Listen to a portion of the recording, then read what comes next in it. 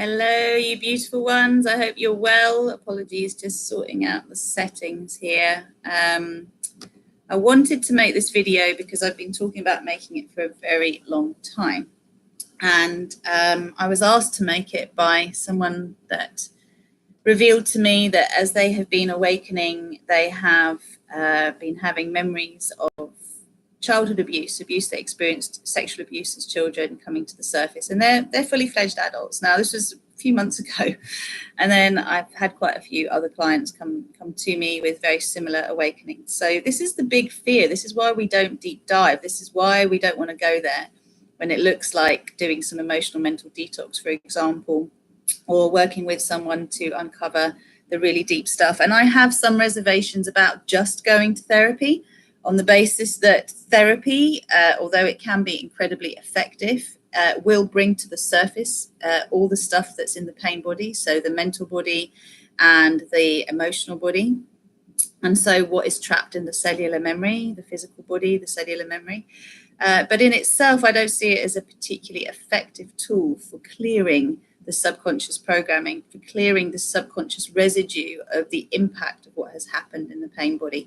So what will happen is we can understand it, we can logicalize it, we know why we feel the way we do, and there is this understanding that noticing fixes more than fixing. So if you bring awareness to something, it is, by virtue of bringing that awareness to it, going to shift something, and that there is a truth to that.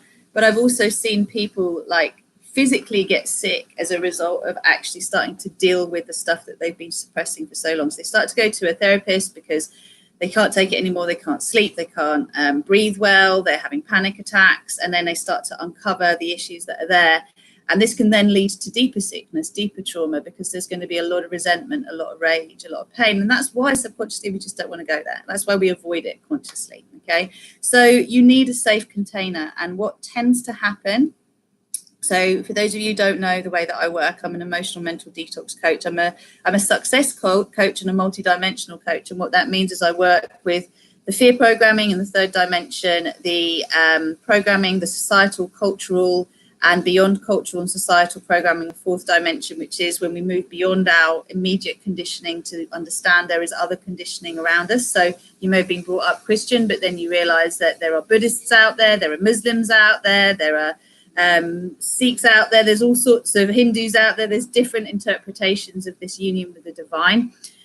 Equally, you may go New Age, all of this is what I would call fourth dimensional. So yoga, acupuncture, Reiki, religion, it's all fourth dimensional, baby. And then the fifth dimension is where you start to take ownership of what you've experienced in your life, whether you brought it in consciously or not, whether you chose to experience it in your human form consciously or not. So you made a decision, I'll try this, or it was done to you, which is what abuse is all about, is when it's been done to you. It was not in your free will, although your programming may well lead you to believe that somehow you attracted this. And this is where shame can really come in and guilt can come in. And we can be told all sorts of stories when we're younger that somehow we have brought on the experiences that really were an abuse of our free will. I've been there as well, okay? So, it's a difficult topic for so many people, especially when you derive some kind of pleasure from it. So,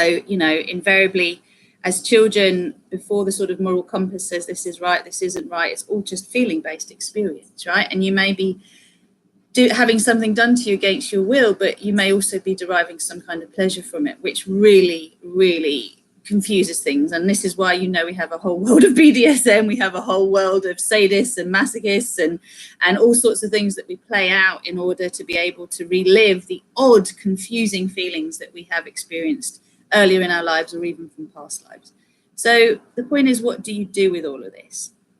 As I said, I'm a success coach. So what that means is I bring light to where you are not succeeding in your life, why you are not succeeding in that area of your life, where you are basically feeding yourself porcupines, otherwise known as bullshitting yourself, and therefore not getting what you need and what you want from the experience, to being able to work through the beliefs, the subconscious programming you've inherited, to clear up the residual memory that is in your physical, emotional, mental bodies, etheric bodies that is affecting you and preventing you now having an experience that you would like to have and bringing healing to it.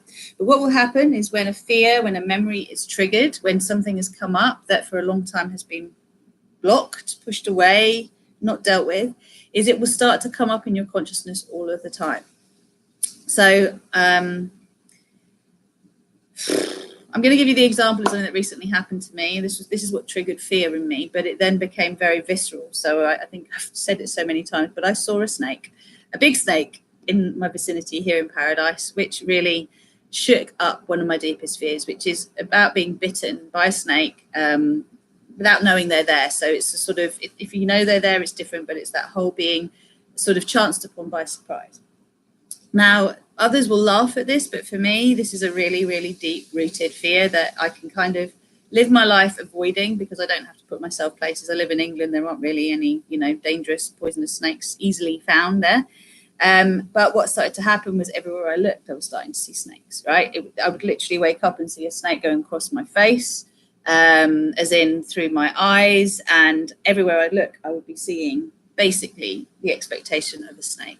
And I'm on hyper alert. Now, this is not going to in any way compensate for when we're dealing with memories of rape, of severe sexual abuse and all the rest of it, but I'm using it as an example, physical abuse as well, mental abuse, for you to understand that when something deeply buried gets risen to the surface, it's going to feel like it's being triggered by everything. And it's going to seem really scary. So you really do need some tools to help you. And this is where therapy can be helpful, combined with coaching work. I don't think on its own, it really serves it. It's a long way around. And the coaching, if I'm honest, on its own may not be enough when you have actually some really deep stuff. And this is where I accept fully, I am not a counsellor, I'm not a therapist, I'm not a psychotherapist. So I don't go there. That's not my remit. I put people in touch with them if there is a need for that. But the deep emotional mental detox that happens through working with me and through the methods I learned through my teacher, Susanna Kennedy, plus other methods that I've learned from lots of other teachers, really helps to combine consciousness tools with subconscious clearing tools so that you can move much more quickly through that phase of feeling triggered to remember everywhere you look, to a place where you end up being able to calm your nervous system down again and subside. So when I'm in fear, panic, I can't breathe, I'm on hyperdrive, super alert when things are happening.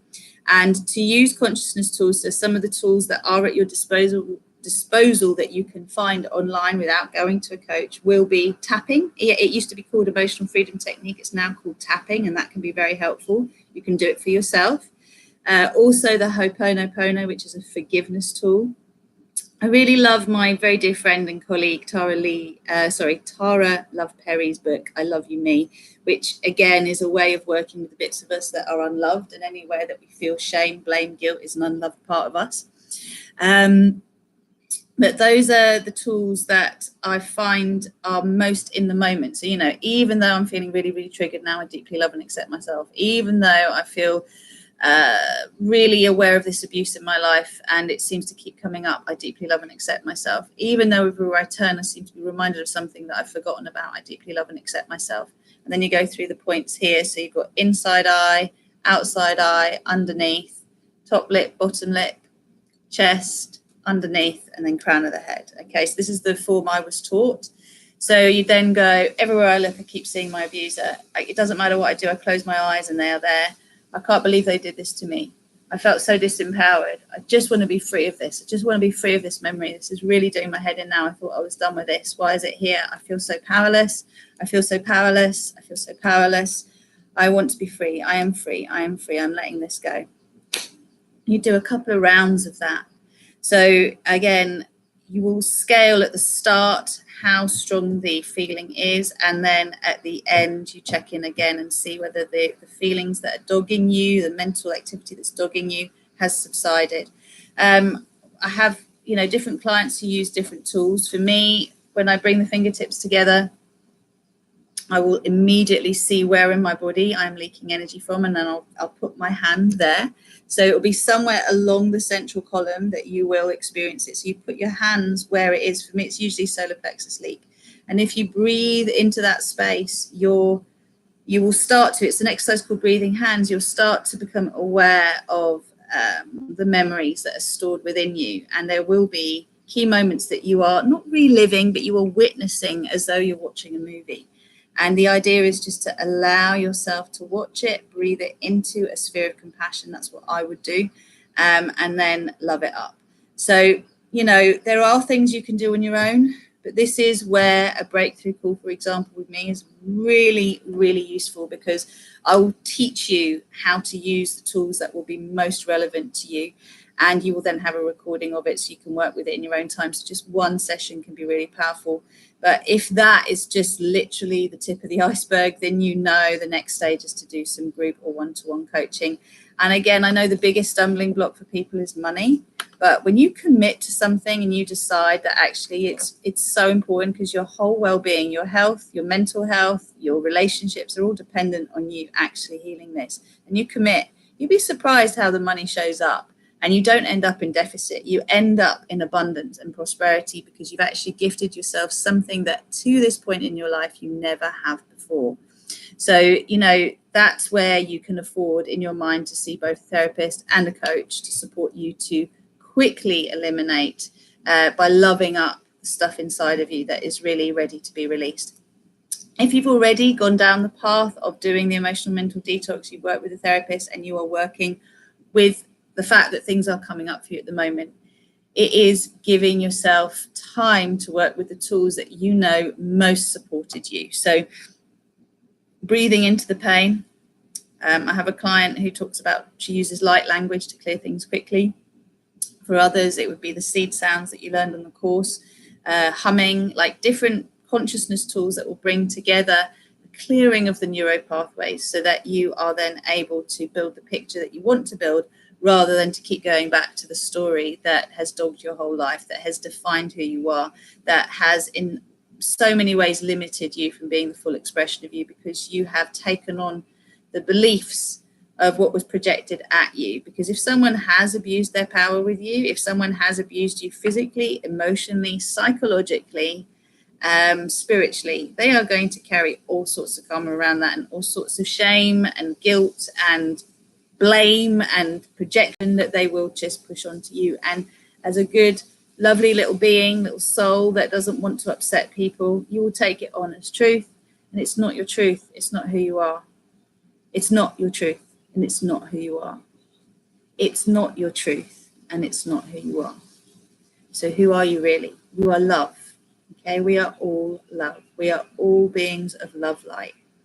We may have grown in awful toxic soup throughout our gestation. You know, we may have been the product of abuse ourselves. We may have been the product of rape. We may have been the product of an unhealthy and unhappy relationship. We may have lived inside the womb of a very unhappy woman who really wasn't supported and loved by the people around her. Like this is a legacy, but it's not who you are.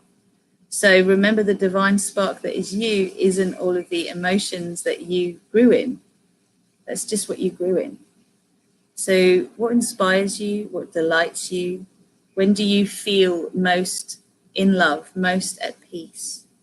It might be that you love animals. It might be that you love reading, knitting, whatever is your escape from the toxicity. Remember, it's not escape, it's an anchor.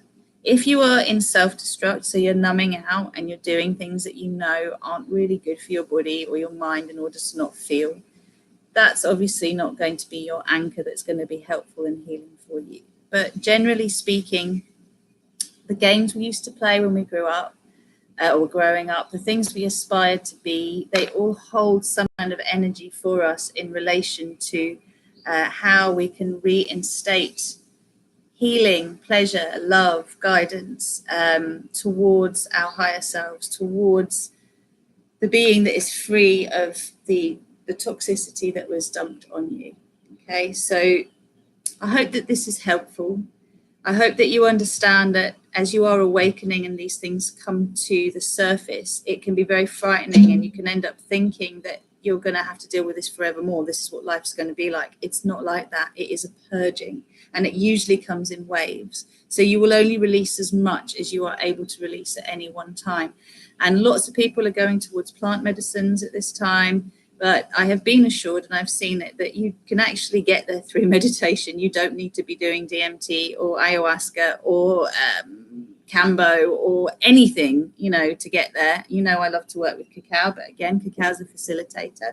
You can do it through your heart, through meditation. You don't need anything external. But these are tools that facilitate the awareness that will help you to connect the dots, to help you to move beyond the story. However, each one of those plant medicines can actually keep you stuck in a loop as well. You can stay stuck in the astral plane. They are fourth dimensional tools. They are not going to be your fifth dimensional access. They help you become more aware of yourself, more aware of what is beyond what you currently see. But they are in themselves just tools. Don't get stuck in them, okay? You want to access your higher self, and know that if you are particularly sensitive right now, this too shall pass. There will be people you just cannot be around as you grow and evolve, because they are triggering the fuck out of you. That's okay. Don't put yourself there all the time. You're not going to grow faster by constantly putting yourself in that trigger path. It's just going to irritate and frustrate you and take you backwards. So instead of doing that, respect your boundaries. Can't be around this person right now. I am not hearing what they've got to teach me because it's just rubbing me up the wrong way. So let me be open to learning this lesson through grace and ease. Let me be open to learning this lesson in a way that I will truly take the best, leave the rest, and I'll be able to reflect on myself lovingly, to inquire inwardly lovingly, because I feel the absence of judgment, guilt, blame, and shame, right? So through that sensitive period, which might involve not being around, being able to be around parents, children, partners, siblings, like old friends, certain colleagues, all of that is a sign of your growth, okay? But you will move through to a point that you don't feel that sensitivity anymore as you clear your own energy up. The key will be to listen to what you need, usually rest, meditation, apple cider vinegar baths, doing what you can to actually help yourself through. And it might take you a day, it might take you a week, it might take you a month, but it's worth it, okay? And you will know, you'll start to feel different. So if you don't feel you can do this on your own, don't do it on your own. Seek help. You can get in touch with me, book a breakthrough call. As I said, anything that you pay out will come back to you. It will come back to you if you believe it will. And that's where the Star Salutation Prosperity Challenge is on my website to support you to access the resources you need to work with the kind of support that is going to get you the fastest results. The same with therapy. There are organizations that offer low-cost therapy, low-cost counseling, low-cost support. So again, seek the support out, and as you seek it, you will find it. So I'll leave it there, and I look forward to your comments. Wishing you the best. Lots of love. Remember, you are a divine child and you deserve to be happy and at peace.